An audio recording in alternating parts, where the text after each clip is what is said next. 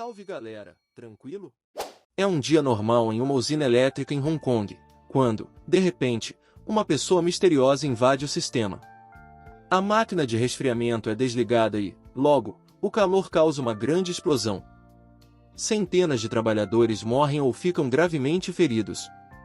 E pessoas num raio de 10 quilômetros são evacuadas. Enquanto isso, em uma prisão nos Estados Unidos, o hacker Nick é algemado e retirado da cela. Os policiais encontram um dispositivo escondido entre seus pertences e descobrem que todos os criminosos do bloco de Nick receberam dinheiro recentemente, então acham que foi ele. Nick nega imediatamente. Na China, o capitão então Davai explica ao governo que a usina foi invadida com uma ferramenta de acesso remoto, ou ERAT, e isso foi possível porque os sistemas da usina são muito antigos e sem segurança. Também é revelado que reatores do mesmo modelo nos Estados Unidos foram atacados ao mesmo tempo. Davai acredita que pode pegar o hacker, mas precisa de acesso aos computadores da usina para rastreá-lo. Infelizmente a usina ainda está incrivelmente quente e é impossível entrar, então Davai terá que esperar esfriar. Ele pede ajuda ao FBI e a agente Carol precisa convencer seu chefe de que trabalhar com a China é uma boa ideia. Eventualmente, Davai consegue o código do ataque após planta americana, mas ele não tem o conhecimento necessário para decifrá-lo, então decide recrutar sua irmã Leanne, que é engenheira de redes. Naquela noite, a Bolsa de Comércio Mercantil em Chicago também é alvo do hacker, e todos os números começam a subir numa velocidade insana. No dia seguinte, o FBI faz uma reunião para analisar o caso, e ao olhar o código, concluem que o hack foi escrito por duas pessoas. Davai não se impressiona com o relatório porque é muito básico e pede que Carol convença Nick a ajudá-los. Nick tem um longo histórico de roubos a bancos usando hackeamento e Carol acha um absurdo confiar nele. Davai não tem escolha a não ser revelar um segredo. Metade do código do ERAT foi escrito por ele como piada na época da faculdade. E a outra metade foi escrita por Nick. Parece que o hacker roubou o código deles e o modificou para realizar os ataques.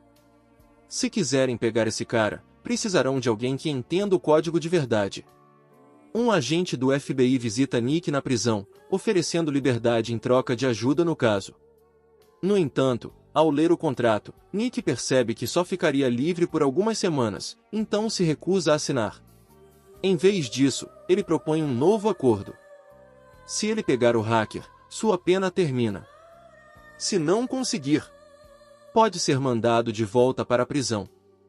O FBI está tão desesperado que aceita o acordo e Davai busca Nick para um reencontro caloroso.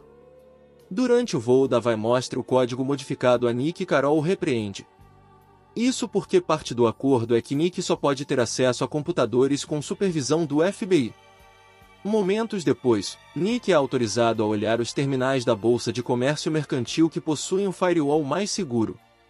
A única maneira de inserir um vírus seria pesquisando pessoalmente e apenas o chefe tem acesso com a impressão digital.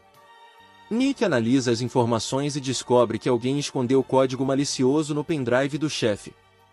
Enquanto pensam em possíveis suspeitos, o chefe se lembra de um tal de Lozano, que trabalhou lá por apenas um mês e desapareceu misteriosamente.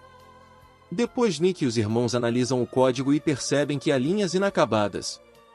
Concluem que o hacker precisava de dinheiro rapidamente. Então, atacou o mercado da soja para encher a conta. E agora tem tempo para terminar o código. Isso indica que ele planeja um ataque ainda maior. Enquanto isso, o FBI encontra Lozano nas câmeras de segurança e ao observar suas tatuagens descobre que ele faz parte de uma gangue e falsificou sua identidade para conseguir o emprego. Enviar muitos agentes chamaria a atenção. Então Nick e Liam se oferecem para conversar com ele, embora Nick receba uma tornozeleira eletrônica para impedir fuga. A dupla entra no apartamento de Lozano e o encontra morto com uma agulha no braço. Nick e Liam verificam os computadores de Lozano e acham dispositivos poderosos que criptografam todos os dados e mantêm o usuário anônimo sem endereço IP, algo que o hacker deve ter configurado. Há um e-mail misterioso marcando um encontro e Nick responde para confirmar hora e local. O agente que vigia Nick tenta relatar o ocorrido, mas está sem sinal. Nick pega o celular dele para consertar e aproveita para modificar o app da tornozeleira. Enquanto isso, Carol e Davi pedem ao chefe da Bolsa de Valores acesso a todos os arquivos dos clientes. A princípio ele se recusa por causa da confidencialidade, mas cede quando Carol ameaça contar à imprensa que o mercado não é mais seguro. Depois de conseguirem os arquivos, Davi e Carol analisam a lista de vendas até encontrarem 3 transações de grande volume feitas no momento exato com o hacker. Essas transações estão ligadas a contas bancárias em Hong Kong. À noite, Nick e Liam vão a um restaurante para esperar o hacker, mas ele não aparece.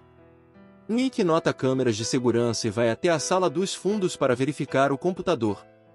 Descobre que o hacker estava assistindo tudo por essas câmeras o tempo todo. Ao verificar o software, Nick percebe que o hacker tem um IP na Ucrânia e envia uma mensagem, mas é insultado. Furioso, Nick volta para o salão principal e diz a Liam que precisam sair. Nesse momento, um grupo de capangas entra no restaurante e pergunta quem eles são. Sem uma palavra, Nick começa a lutar com qualquer objeto que consegue pegar, incluindo móveis. Ele consegue derrubar a maioria do grupo e quando o último avança com uma faca, Nick quebra uma garrafa para contra-atacar e vence facilmente a luta. Depois Nick liga para Davi para avisar que o e-mail era uma armadilha e que agora o hacker sabe que está sendo seguido. Davi anuncia que eles viajarão para a China pela manhã para rastrear as contas bancárias, então Nick e Liam passam o resto da noite se divertindo. No dia seguinte o grupo chega à usina, onde ainda estão resgatando vítimas da explosão. O prédio ainda está quente, então eles precisam esperar para acessar o computador. Em seguida eles se encontram com a polícia local. Os policiais rastrearam os donos das contas bancárias. Parecem ser 3 bandidos comuns ligados a um criminoso conhecido como Caçar. Então provavelmente são apenas fachada do hacker. A polícia já os vinha monitorando, mas não encontrou nenhuma atividade suspeita.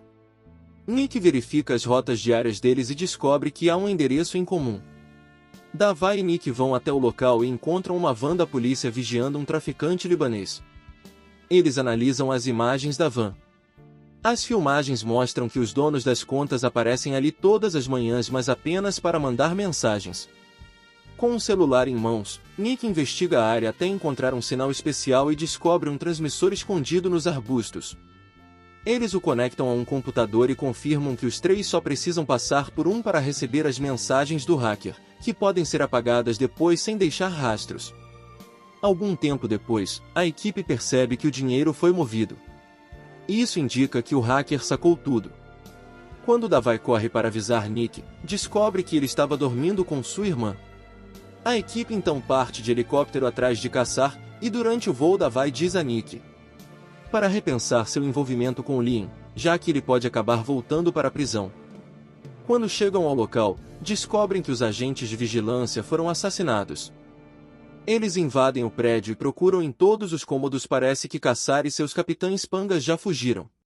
Há uma passagem secreta no chão e a equipe desce para continuar a busca. De repente, os criminosos abrem fogo e matam vários agentes que revidam imediatamente. Caçar também está lá e pega um agente como escudo. Ele atira em mais alguns homens e depois esfaqueia seu refém no pescoço.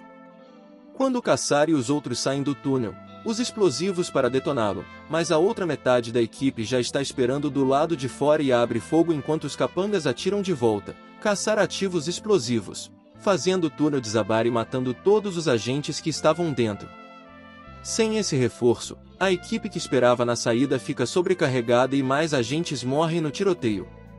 Eles não têm escolha a não ser se esconder atrás de contêineres, dando aos criminosos a chance de fugir em um barco. Enquanto navegam, Caçar fica furioso ao ver que um de seus homens está morrendo. Naquela noite, Caçar recebe um pacote especial de traficantes em um grande navio antes de retornar ao continente. Enquanto isso, Davi é informado de que a temperatura na usina baixou o suficiente para que possam entrar sem morrer na hora. Ainda está bem quente, então precisam usar trajes de proteção e agir rápido. Ao entrarem na sala de computadores, veem corpos espalhados. Um dos agentes desmaia por causa do calor e Nick pede a Davi para tirá-lo dali enquanto termina o trabalho. Ele quebra um armário de emergência, pega um machado e o que faz partes do teto caírem com a vibração. Mesmo assim, Nick continua até abrir o servidor e pegar um disco rígido. Depois, ele e Davi carregam o agente doente para fora. A equipe de emergência esfria o disco e o conecta a um computador. Eles encontram fragmentos do malware, mas estão muito corrompidos para obter informações úteis. Nick se lembra que o governo recuperou seus dados mesmo depois que ele tentou apagá-los quando foi preso. Carol admite que eles têm um software chamado Viúva Negra que poderia ajudar. Ela pede permissão ao seu chefe, mas ele se recusa a emprestar para a China ou para um hacker criminoso. Como o software pode ser acessado remotamente, Nick se oferece permissão para invadir o sistema do governo. Carol está tão desesperada que aceita toda a equipe exceto Liam, sai da sala para poder negar envolvimento se algo der errado. Nick envia um e-mail falso ao chefe de Carol pedindo para trocar a senha e seu malware detecta a nova senha, permitindo o acesso ao Viúva Negra. A equipe sai para jantar sem saber que estão sendo seguidos. Alguém coloca algo debaixo do carro. Quando voltam, Nick já tem o IP do hacker. Descobrem que o servidor do hacker fica na Indonésia, mas Nick não consegue invadir porque está hospedado por uma empresa ilícita exclusiva para hackers, o que o torna invulnerável. A única opção é ir pessoalmente até lá e pegar os discos físicos. Carol sabe que não conseguirá mais favores depois de pedir o Viúva Negra, então Davai promete falar com seus superiores para conseguir vistos e credenciais que funcionem na Indonésia. Algum tempo depois, Liam acessa os registros da empresa. Ela percebe pagamentos para um software que aluga telefones tempo de satélite. O hacker comprou imagens de alta resolução da costa da Malásia. Enquanto isso, o governo chinês informa Davai que o FBI contou a ele sobre Nick ter invadido um software confidencial e exigem que ele volte para a prisão. Tenta argumentar que sem Nick, eles nunca teriam encontrado o hacker, mas seus superiores não querem ouvir. A equipe poderá ir à Indonésia, mas Nick deverá ser enviado aos Estados Unidos. Pela manhã, Davai avisa Liam por mensagem, então ela e Nick fogem imediatamente. Carol recebe uma ligação do chefe, que a repreende pelo ocorrido. Ela tenta explicar que estava de mãos a mais, mesmo assim recebe a ordem de entregar Nick. Quando vai até o quarto dele, ele já sumiu. Descobrem que Nick modificou o aplicativo da tornozeleira do agente e logo corrigem para localizar sua posição atual. Davai se encontra com Nick em segredo. Ele revela que os americanos acham que a China tem um Viúva Negra por causa dele, então pede que ele fuja e promete encontrá-lo depois na Indonésia. Liam também quer ir junto, mas Nick acha que é perigoso demais. Eles discutem até que ela decide deixá-los a sós.